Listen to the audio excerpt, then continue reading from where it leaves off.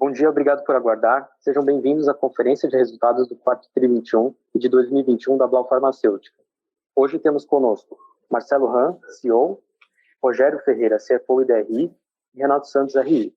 Lembrando que teremos a sessão de perguntas e respostas ao final deste call, e todos poderão fazer perguntas via webcast. O webcast também está sendo gravado e ficará disponível no nosso site de RI. Agora gostaria de passar a palavra ao Marcelo Hahn, CEO, que iniciará a apresentação. Bom dia a todos. Obrigado, Renato. Sejam bem-vindos à nossa teleconferência referente ao resultado do quarto TRI e do ano de 2021.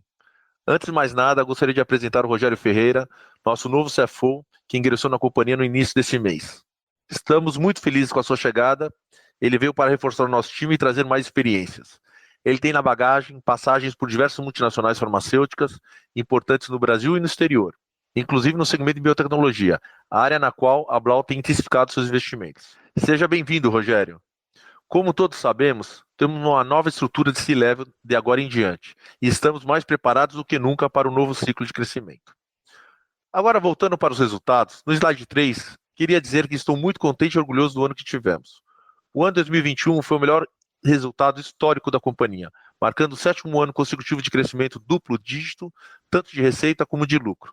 E também marcou o primeiro ano da Blau na B3, com a melhor performance da ação após o IPO no setor de saúde do ano de 2021.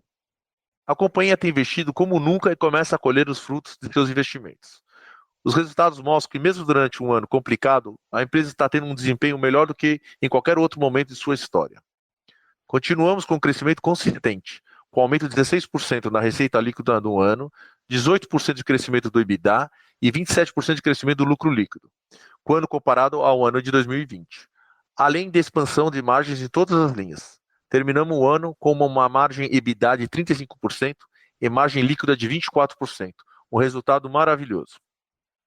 Nosso forte desempenho ocorre em um momento desafiador, à medida que a crise global de saúde continua, as cadeias de suprimentos estão apertadas e as pressões inflacionárias significativas persistem. Seguimos com o nosso ritmo de crescimento e focados em melhorar performance, aumentar a capacidade produtiva e abastecer o mercado. E continuamos bem posicionados e próximo ao mercado para atender necessidades específicas e capturar oportunidades, alinhadas à nossa estratégia de flexibilidade operacional e alta escala. Como sempre falamos e reforçamos, o ciclo de negócio da Blau é mais de longo prazo, e a performance não pode ser medida em trimestre isolado. Infelizmente, nossos trimestres sempre terão volatilidade, e por isso o ideal é sempre olhar a performance por um período mais longo, base de 12 meses. Em virtude da dinâmica do Covid-19, o ano de 2021 foi muito desafiador para a indústria farmacêutica, pois instituições de saúde tiveram alterações constantes relacionadas à previsibilidade de suas necessidades de medicamentos. Mesmo nesse cenário, e com a queda de aquisições de medicamentos pelo setor público, a Blau cresceu, como nunca em sua história. Tivemos um crescimento de 39% da receita líquida no canal privado no ano e de 22% no quarto trimestre.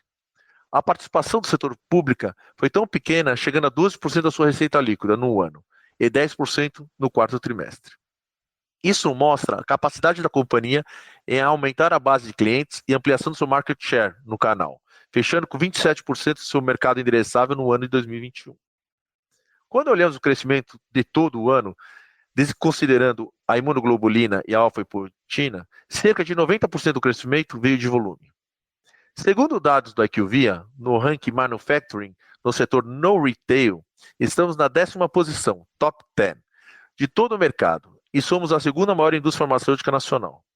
2021 também marcou o ano do qual mais investimos em pesquisa, desenvolvimento e inovação, representando 6% da nossa receita líquida, com um aumento de 93% em relação a 2020. Estamos muito entusiasmados com o foco total em desenvolver o crescimento sustentável para o futuro da companhia. No ano, tivemos 12 novos produtos registrados na América Latina e 4 no Brasil.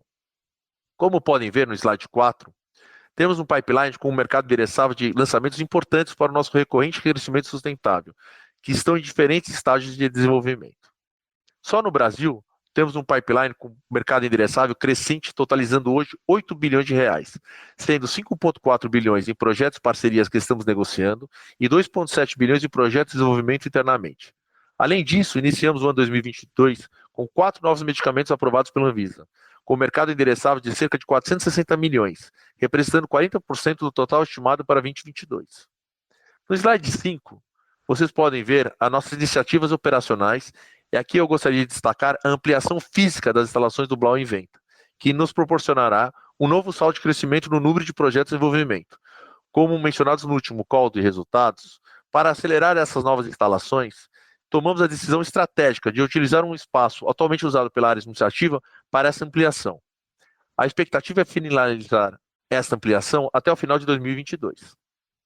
No nosso escritório administrativo em São Paulo, estamos seguindo os principais guidelines de ESG e a projeção de crescimento para a organização. A expectativa é de mudarmos para um novo escritório administrativo em abril deste ano. Aqui em Cotia, estamos focados na finalização e início das operações das duas novas linhas de área especialidades do prédio 210. As obras estão on track e terão suas atividades fabris iniciadas no segundo semestre de 2022, o que nos permitirá aumentar a nossa capacidade de especialidades em cerca de 20% em unidades. Também continuamos fazendo melhorias em todas as nossas linhas de produção, alinhados à melhoria da excelência operacional e aumentando a capacidade produtiva e rendimentos em todas as unidades da companhia, investindo em eficiência operacional, utilizando novos equipamentos, sistemas, automação robótica, entre outros. Com relação ao prédio P1000 Pernambuco, alocamos os recursos necessários para dar ritmo a este projeto de grande importância para a companhia. Todas as atividades e submissões de licenças necessárias estão em andamento, visando o início das obras ao longo deste ano. Sobre a Imarus, no slide 6, o primeiro centro de coleta de plasma dos Estados Unidos, em Lauderhill, já está em operação e gerando receita. O volume de doadores está crescendo dia a dia e já nos últimos dias desse primeiro trimestre de operação, chegamos a cerca de 30% de doações diárias esperadas da capacidade total do centro. Recentemente ampliamos os horários de funcionamento iniciais para atender diariamente das 8 às 18 e sábado das 10 às 16 horas. Já iniciamos a construção da segunda unidade da Imarus. O local definido foi o Northside Mall, um shopping center em North Miami. A previsão é que essa unidade esteja operacional até o final de 2022 e, simultaneamente, já encontramos o local para o terceiro e quarto centros, os quais pretendemos iniciar as obras ainda este ano. Uma conquista muito importante foi a obtenção da autorização pelo FDA, que é basicamente a autorização da utilização do plasma coletado no nosso primeiro centro para a produção de medicamentos injetáveis e não injetáveis. Estamos muito entusiasmados com o resultado e estamos acelerando o desenvolvimento de novas unidades, a fim de chegar a coletar a necessária quantidade para subsidiar as nossas demandas futuras. No slide 7, a Blau tem investido bastante em inovação. Entre várias novas vertentes, iniciamos a realização de seminários internos para disseminar a cultura de inovação por toda a companhia. Outra iniciativa foi a contratação de um hub de inovação para estarmos mais próximos ao mundo digital, health techs, startups, trazendo mais conhecimentos de Big Data e inteligência artificial, a fim de melhorarmos os processos e ampliar a nossa presença junto aos stakeholders no ecossistema da saúde. Indo para o slide 8, para a companhia, ESG é de extrema importância. Em 2021, tomamos diversas iniciativas, como aumentamos o número de conselheiros no nosso board, com 2 novas conselheiras com experiência no tema, a fim de enriquecer a cultura da companhia em ESG. Instituímos um novo comitê dedicado a ESG, com membros independentes.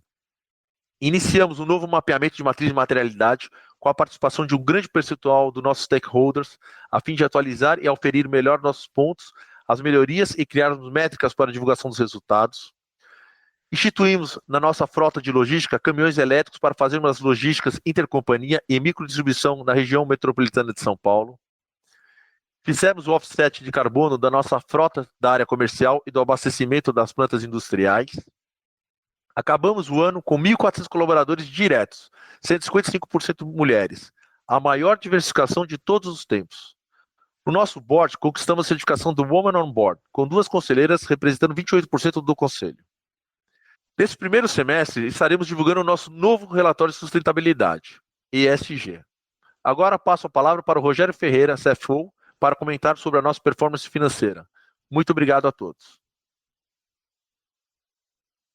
Então, obrigado, Marcelo. Bom dia, pessoal. É um prazer estar aqui com vocês na minha primeira divulgação de resultados da Blau. Como o Marcelo comentou, eu venho de 22 anos de experiência no segmento farmacêutico, tendo trabalhado nos Estados Unidos, na Venezuela e nos últimos 8 anos no Brasil, focado a maior parte do tempo em biotecnologia. Estou muito contente de ter vindo para a Blau e muito ansioso com todo o projeto de crescimento que temos pela frente.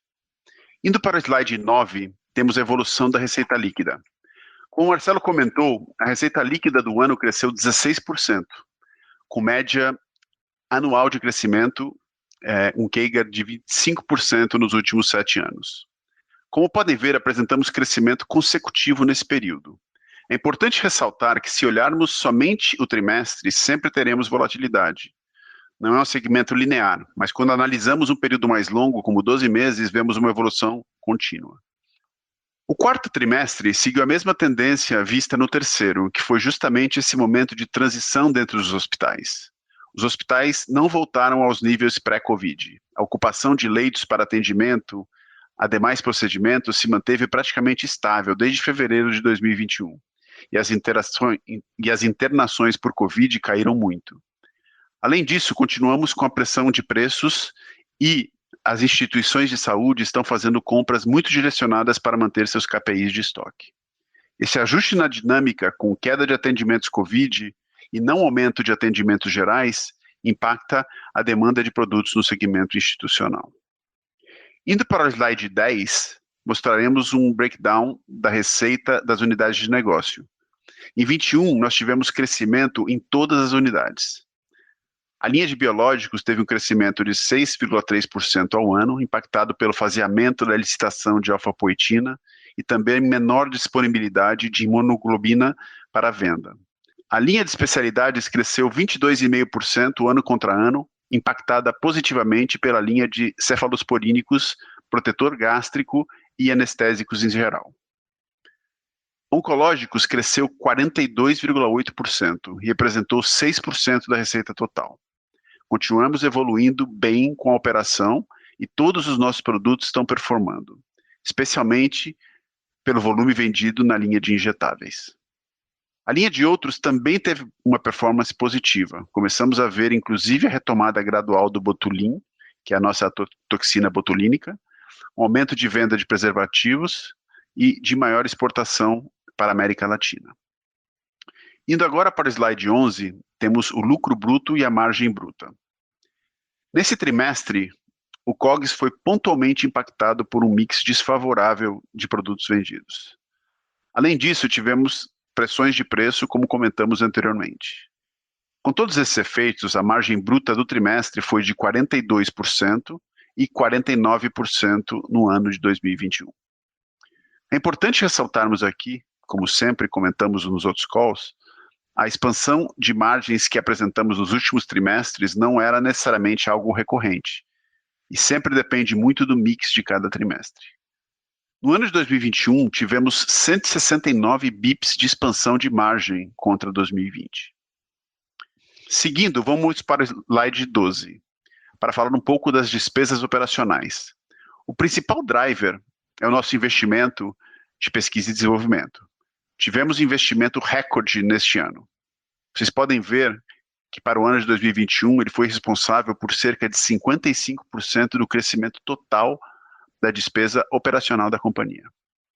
Claro que tem um efeito no resultado, no curto prazo, mas isso é para endereçar e acelerar a receita futura da companhia. Desconsiderando esse efeito na evolução da despesa operacional e também na despesa não recorrente relacionada com o nosso IPO, a companhia segue diluindo o SG&A com uma diluição de cerca de 50 bips. Ou seja, continuamos com foco em alavancagem operacional, mostrando eficiência no nosso modelo de negócio e acelerando o investimento em pesquisa e desenvolvimento, para aumentar o nosso mercado endereçável. Vocês podem ver no gráfico, na parte inferior do slide 12, que a companhia atingiu um novo nível de pesquisa e desenvolvimento, totalizando 80 milhões entre OPEX e adições ao intangível, que representa, no total, 6% de nossa receita líquida no ano de 2021. Indo para o próximo slide, slide 13, temos o EBITDA. O EBITDA de 2021 cresceu 18% e totalizou 478 milhões de reais, com margem de 35% e com melhora de 57 bips contra o ano anterior, em consequência da diluição das despesas de SG&A, que foram 30 bips, Esse impacto demonstra a nossa capacidade e resiliência de continuar entregando os resultados e expandindo nossa rentabilidade. Como já destacados, os efeitos do lucro bruto e maior investimento em pesquisa e desenvolvimento, na comparação trimestre versus trimestre, temos um trimestre com uma menor performance em relação ao ano anterior. Indo para o slide 14, para destacarmos o efeito das despesas financeiras e o lucro líquido, tanto no trimestre quanto no ano, tivemos um impacto positivo do reconhecimento do ganho dos nossos contratos de hedge. A companhia fecha posição de 31 de dezembro com 23 milhões de dólares em contratos de hedge. Isso tem um efeito muito positivo em nosso resultado financeiro, além da remuneração do nosso caixa. Com relação ao imposto de renda, a companhia tem hoje uma capacidade maior de pagamento de juros sobre capital próprio, dado o aumento do seu patrimônio líquido e também o alto investimento em pesquisa e desenvolvimento, que permite explorar os benefícios da lei do bem. O efeito desses benefícios foi neutralizado por conta do reconhecimento não recorrente de passivo fiscal diferido no quarto trimestre relacionado com a lei do bem. Temos um lucro líquido de 324 milhões em 2021, que cresce 27% versus o ano anterior, com margem líquida de 24%, ou 220 bips melhor que 2020. No trimestre, registramos 44 milhões de lucro, que foi impactado pelo ajuste contábil que mencionei anteriormente. Se normalizássemos esse ajuste, o lucro do trimestre teria sido na casa de 70 milhões de reais. De novo, vale destacar a capacidade da companhia de continuar entregando resultados, crescendo e aumentando a rentabilidade. Esse é o nosso foco. Bom, para finalizar a parte de resultados, vamos cobrir agora a parte do balanço patrimonial da companhia, indo para o slide 15. A companhia sempre mostrou que estamos iniciando um novo ciclo de investimentos e expansão. Temos um novo patamar de entrega para entregar resultados no futuro. Então, vocês veem claramente essa evolução ao longo dos últimos trimestres. A companhia dobrou o nível de investimentos totais em CAPEX, teve aumentos expressivos tanto de CAPEX do imobilizado quanto do intangível. No ano de 2021, o montante de CAPEX foi de 178 milhões de reais em comparação a 96 milhões do ano anterior. O imobilizado é relacionado às obras do nosso prédio 210, para aumento de capacidade. Das obras do segundo centro de coleta de plasma nos Estados Unidos, a aquisição de equipamentos para modernização das plantas, melhoria de processos produtivos em Cotia e São Paulo, além de ajustes nas linhas de produção da Blau Goiás. E o intangível, assim como mencionado anteriormente, vocês conseguem ver o mercado endereçado no nosso pipeline. É o nosso foco fazer investimentos no curto prazo para garantir a sustentabilidade do negócio no futuro. Na parte de working capital, apresentamos uma redução em comparação ao segundo e terceiro trimestres de 2021. Tivemos uma redução de cerca de 27 milhões de reais frente ao terceiro trimestre. Encerramos com 46% de capital de giro em relação à receita líquida. Tivemos redução no estoque e melhora no saldo de fornecedores.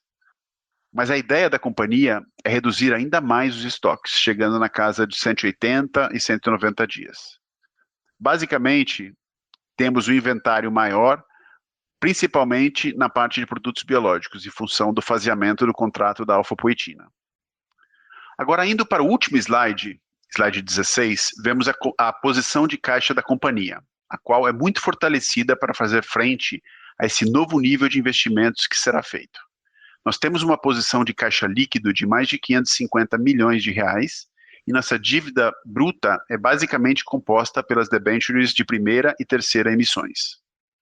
Sobre o timeline da dívida, estamos falando de vencimentos até 2027 a um custo muito atrativo, de CDI mais 1,3%. Sendo assim, a companhia está muito bem posicionada para fazer os investimentos necessários e continuar entregando resultados de acordo com o plano de negócios. Muito obrigado, pessoal. Agora vamos abrir para a sessão de perguntas e respostas. Obrigado. Temos uma pergunta de Leandro Bastos, do Citi. São duas perguntas, na verdade. A primeira delas, podem comentar um pouco sobre os principais ofensores de margem bruta no trimestre, mesmo com mais vendas no canal privado? E a segunda, o que podemos esperar de tendência para a margem para esse ano e se nós conseguimos abrir um pouco sobre o impacto do passivo fiscal diferido do imposto de renda? Bom dia a todos, obrigado pela pergunta. Quem nos fala é Marcelo Hahn, CEO da companhia. Nós tivemos uma mudança no hábito do ambiente hospitalar, com leitos alocados para o Covid-19 e a mudança de que não havia pacientes naquele momento, no final do quarto tri. O que ocasionou aí uma parada aí na diversificação, e uma parada hospitalar e uma diversificação dos medicamentos utilizados. Em seguida, no início já do ano, nós tivemos aí uma situação de uma nova pandemia, com menos pacientes em unidades intensivas, e rapidamente a área hospitalar entendeu que todos os tratamentos oncológicos e de cirurgias eletivas se manteriam normalizados. Então hoje a gente volta nesse primeiro tri com uma normalidade maior. A gente teve bastante pressão no último quarto tri, sobre os medicamentos da área de especialidades e que foram mais impactados aí com uma pressão de preço, né, com aumento de oferta. A gente, com o resto da linha, os produtos continuaram com margens até maiores. Sobre a abertura da diferenciação do imposto de renda diferido, eu vou deixar o meu colega, o Rogério, nosso novo CFO, falar. Rogério, por favor. Bom dia a todos. Essa é uma pergunta que a gente está recebendo aqui também, então é importante a gente esclarecer. No quarto trimestre, a gente teve a constituição de um passivo diferido, que foi, na verdade, um ajuste fiscal não recorrente, que foi feito no quarto trimestre. O valor desse ajuste foi de 26,4 milhões de reais. É um ajuste que não tem efeito caixa, não impacta nenhum pagamento de imposto e nem impacta períodos futuros. Gostaríamos de ressaltar que, apesar desse impacto desfavorável, que o nosso líquido cresceu 27% ano contra ano, e que atingimos uma margem líquida de 24%. Temos uma pergunta agora do Ian Seskin, do BTG. Bom dia, pessoal. Duas perguntas aqui do nosso lado. Vemos que a margem do trimestre foi impactada negativamente por um mix desfavorável, mas também reflete, em parte, a normalização de demanda no final da pandemia e maior despesa com P&D. Olhando para frente, qual deveria ser o nível de sustentável de margem? E a segunda pergunta é, considerando a retomada de volumes de Covid com Omicron no início do ano, devemos ver alguma mudança relevante de mix de vendas para o primeiro trimestre de 2022? A gente não tem sentido mudanças no mix nesse primeiro trimestre, a gente tem visto a volta da normalidade, inclusive com as compras públicas, né, que a gente teve uma menor demanda no setor institucional público. A gente viu essa demanda aumentando agora já no primeiro tri. A gente começa o ano bem entusiasmados com as margens. A gente tem um plano de negócio que a companhia continua crescendo. A gente tem lançamento de produtos novos com margens melhores e a gente acredita que a gente vai, no nosso plano de negócio, crescer não só a receita como a margem também. Então, é uma coisa recorrente da companhia, quanto mais a gente está vendendo, melhor controle das despesas operacionais, a gente tem trazido aí melhores resultados. A gente tem aqui um controle firme das despesas, então o orçamento ele é revisto mês a mês, então a gente acredita que vai chegar no objetivo proposto da nossa modelagem de negócio. Uma pergunta de Rafael Elage, da XP. Bom dia a todos, obrigado por pegar a pergunta. Se possível, gostaria de saber mais sobre o ramp-up da unidade de coleta de plasma. Sabemos que a operação teve início em junho do ano passado, que hoje opera em 30% da capacidade. Poderia dar um pouco mais de cor de como esperam a curva desse ramp-up, como que ela deve se comportar daqui para frente. Além disso, se acreditamos que o ramp-up das 3 unidades que estão por vir deva ser mais acentuado do que o ramp-up de 30%, ou se a primeira seria uma boa proxy para as próximas. Obrigado pela pergunta. A gente está bem entusiasmado com o centro de coleta de plasma nos Estados Unidos, apesar que no país, nos Estados Unidos, a coleta de plasma ela tem caído em virtude de que o governo americano fechou os borders com o México para autorizar doadores remunerados a ingressar no país para fazerem doação. Então, naquela região caiu a coleta de plasma, mas no resto do país continua se mantendo normalizado.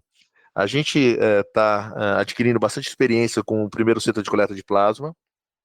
O crescimento tem sido grande, a gente tem crescimento em média de 15% mês a mês, então a gente acredita que rapidamente a gente já vai chegar no break-even do primeiro centro de coleta, e a tendência, sim, é a gente ter essa mesma dinâmica para os outros centros de coleta de plasma.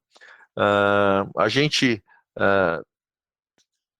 aprendeu com essa primeira operação e a velocidade para o segundo, terceiro e quarto centro e assim por diante vai ser mais rápida, né? Porque a gente teve esse primeiro centro de aprendizado e agora a gente consegue rapidamente colocar em prática a expansão desses centros. A gente acredita que quando a gente chegar em cerca de 24 mil litros de coleta de plasma, que é mais ou menos uns 45%, 45% da dinâmica da necessidade de coleta, da expectativa de coleta de um centro, a gente já tem o break-even, e a gente está muito próximo de chegar nesse número do primeiro centro. Uma pergunta de Emerson Vieira, do Itaú BBA. Algumas perguntas: como está o nível de estoque dentro dos hospitais e distribuidores, e se já enxergamos agora na ponta uma recuperação de demanda nos clientes, ou ainda percebemos um momento de ajuste na operação deles? E agora um outro pedaço dessa pergunta em relação ao ambiente competitivo, se vê algum sentido a necessidade de aumentar descontos, e se sim, se esse movimento é mais generalizado no setor ou em algum player específico com essa postura. O segmento de oncológicos é uma terceira pergunta, se ele teve performance aquém do esperado e a que se dá este resultado, dado que o oncológico está menos sujeito à sazonalidade hospitalar. Bom, começar a resposta aí de trás para frente. Vamos falar de oncologia primeiro. A gente sim teve impactado durante o Covid-19, vários tratamentos, principalmente dos quimioterápicos. A gente foi impactado com a dispensação desse medicamento das clínicas e centros de oncologia. Isso já voltou para a normalidade, mesmo com essa nova onda de Covid-19, a Omicron, os tratamentos continuaram, mesmo com pacientes com o Omicron, né? Então já se entendeu que a administração da quimioterapia não impactava no tratamento da Omicron.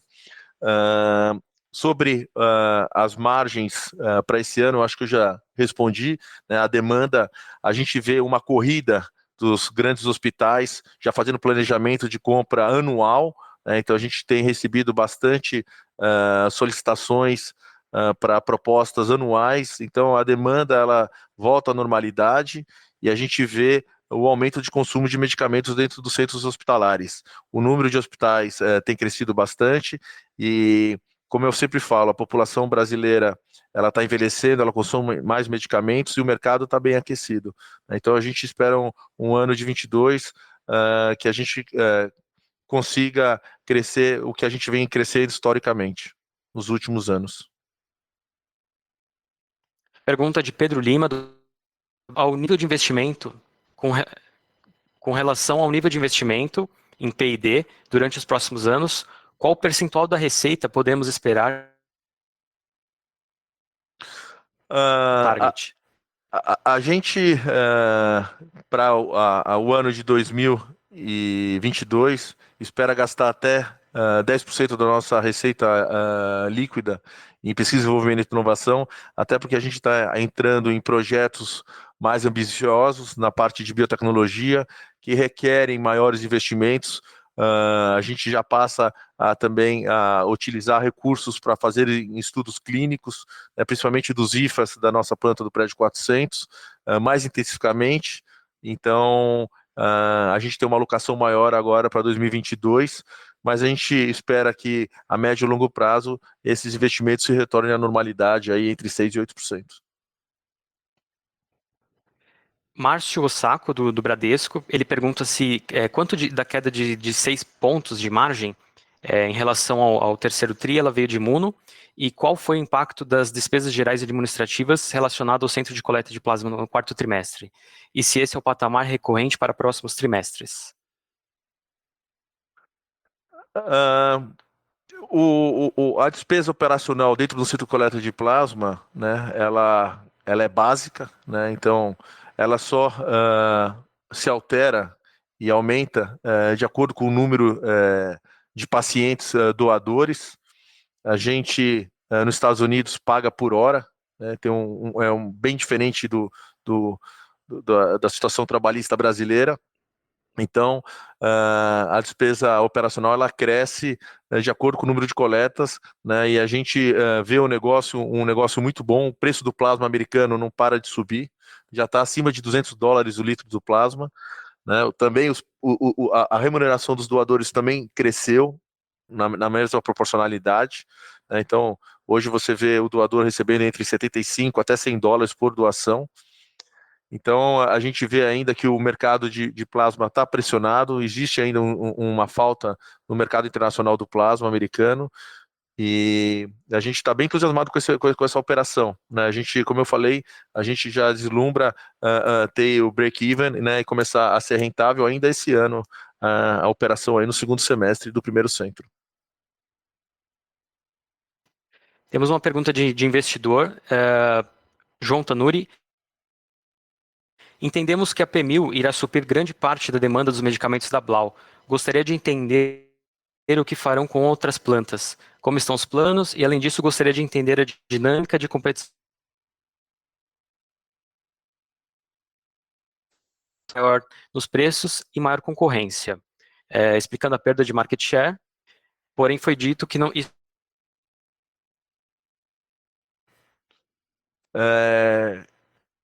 Obrigado pela pergunta. Isso não seria sustentável. Como está como está essa dinâmica? Pessoal, eu acho que a gente está com algum problema de internet. Eu vou solicitar para o Renato voltar com a pergunta que chegou entrecortada. Por favor, Renato, refazer a pergunta. Com relação ao PMIL, como que é o maior fonte hoje da companhia hoje de produção, como que ela está hoje, a evolução dessa planta e o que faremos com as outras plantas aqui na companhia? Essa é a primeira pergunta.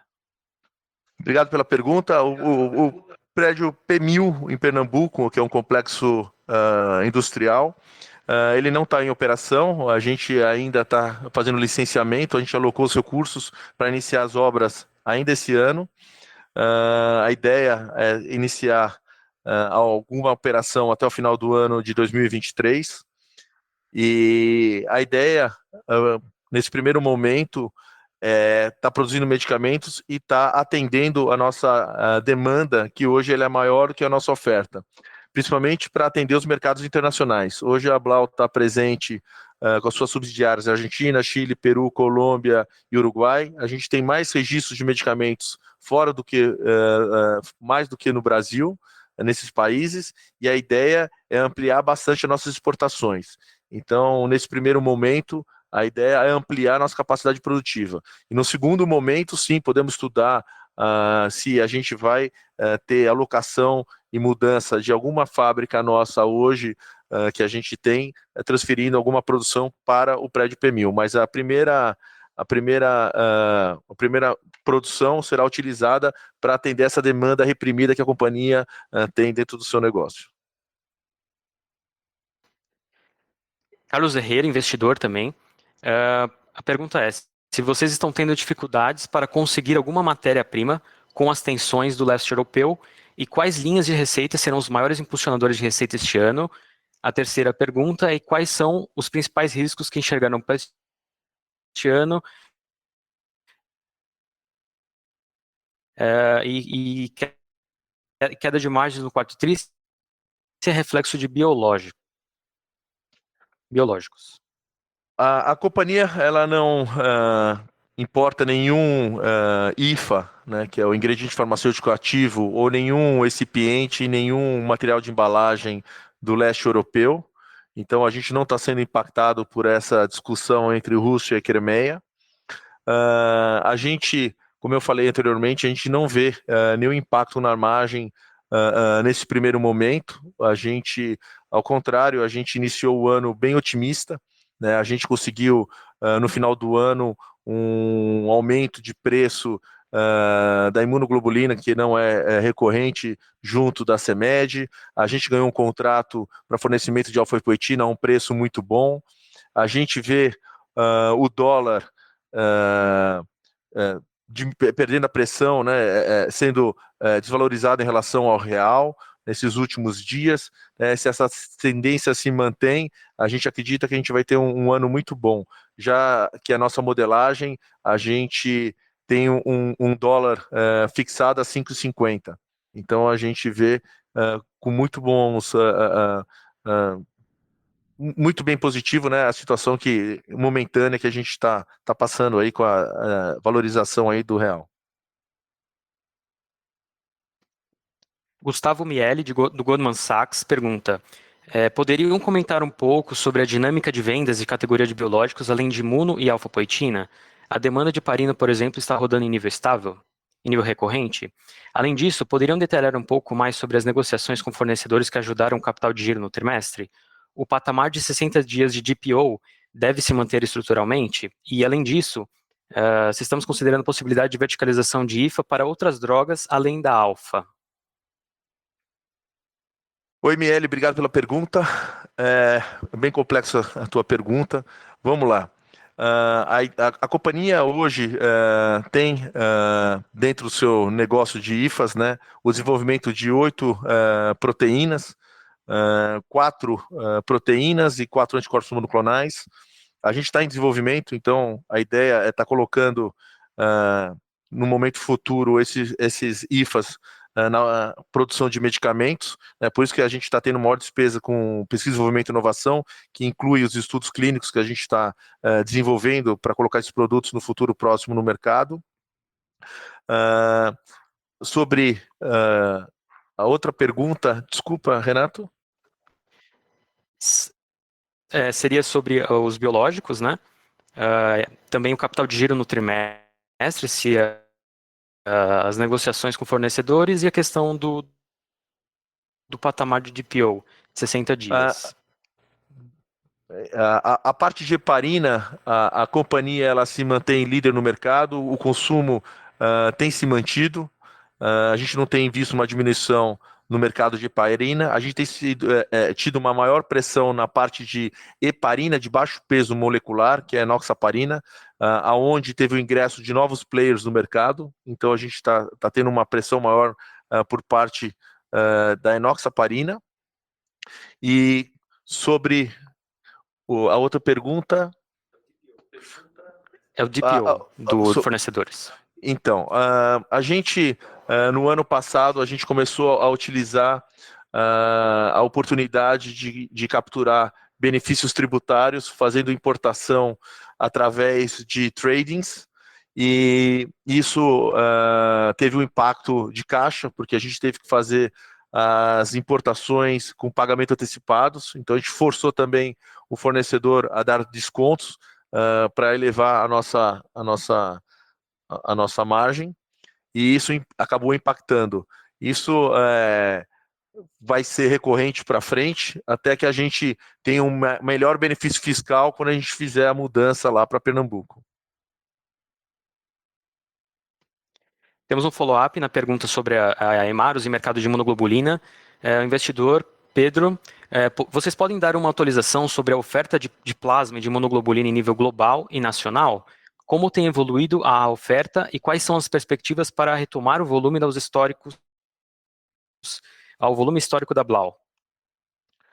A gente tem visto uma falta de plasma no mundo, né? E como a gente identificou lá atrás, o consumo de imunoglobulina no mundo não para de crescer, né? Sempre tem novas indicações para a imunoglobulina. Aqui no Brasil, ainda o consumo de medicamento é muito baixo, muito restrito. A gente tem um problema de preço, né? Muitos players têm um preço registrado abaixo do preço factível de ser comercializado o medicamento. A gente tem hoje o governo indiano proibindo a exportação desse produto, né? Então hoje a imunoglobulina indiana ela está proibida de ser exportada para outros países. E a gente vê também um aumento de preço generalizado a nível internacional, pela falta do plasma, né, e o aumento do consumo. A gente não vê a curto prazo uma normalização. É por isso que a companhia continua procurando aumentar o nível de coleta de plasma nos Estados Unidos para, em algum momento, se tornar autossuficiente. A gente tem procurado, né, outras oportunidades e a gente está hoje com 2 imunoglobulinas no mercado brasileiro, né, atendendo a América do Sul também, e a gente com essas 2 fornecedores de imunoglobulina, a gente aumenta a nossa oferta, mas aos níveis que a gente já teve no passado, em 2017 e 2018, ainda vai depender um pouco aí, alguns 1 ou 2 anos mais para a gente chegar nesse nível. Para alguns para alguns medicamentos, prejudicou a oferta da companhia, como foi o caso da imunoglobulina. Existe a interrupção de fornecimento que prejudique a oferta de algum outro produto para este ano de 2022? A companhia não trabalha de forma spot, né? O nosso planejamento ele já se iniciou o ano passado, né? Então a gente já sabe exatamente o que a gente vai receber de produtos, né? E o único produto que a gente tem realmente impactado é a imunoglobulina. A gente não tem nenhum outro shortage, né? Nenhuma outra diminuição de oferta de outro IFA, outro insumo importante para a companhia. No caso da imunoglobulina, a gente já faz um ano anterior a programação, porque entre a coleta do plasma e a produção e distribuição desse medicamento, a gente tem um período muito, muito grande, cerca de 9, 10 meses, né, entre o início da coleta e a liberação do medicamento para comercialização. É um período muito grande e as empresas trabalham com planejamento. Então, o que a gente vai vender esse ano já está planejado, já está no nosso business plan, e a gente já está continuando o crescimento da companhia conforme o nosso planejamento. Então, a gente está bem tranquilo nesse sentido de fornecimento de medicamentos ou de IFAs para atender a demanda desse ano. Obrigado. Com isso, não temos mais perguntas. Agora eu gostaria de passar a palavra para o Marcelo para considerações finais. Obrigado, Renato. Gostaria de agradecer o tempo de vocês. O IPO da companhia proporcionou um novo horizonte e uma nova perspectiva de futuro. A criação de uma nova musculatura financeira proporcionou um incremento e aceleração de todos os investimentos da companhia, fora as possibilidades de M&A. Não poderia deixar de agradecer a todos que confiaram no nosso negócio e se tornaram nossos acionistas. Meu muito obrigado. Os resultados de 2021 mostram que o nosso negócio é resiliente e que estamos no caminho certo. Não poderia estar mais feliz e orgulhoso dos resultados que a companhia atingiu.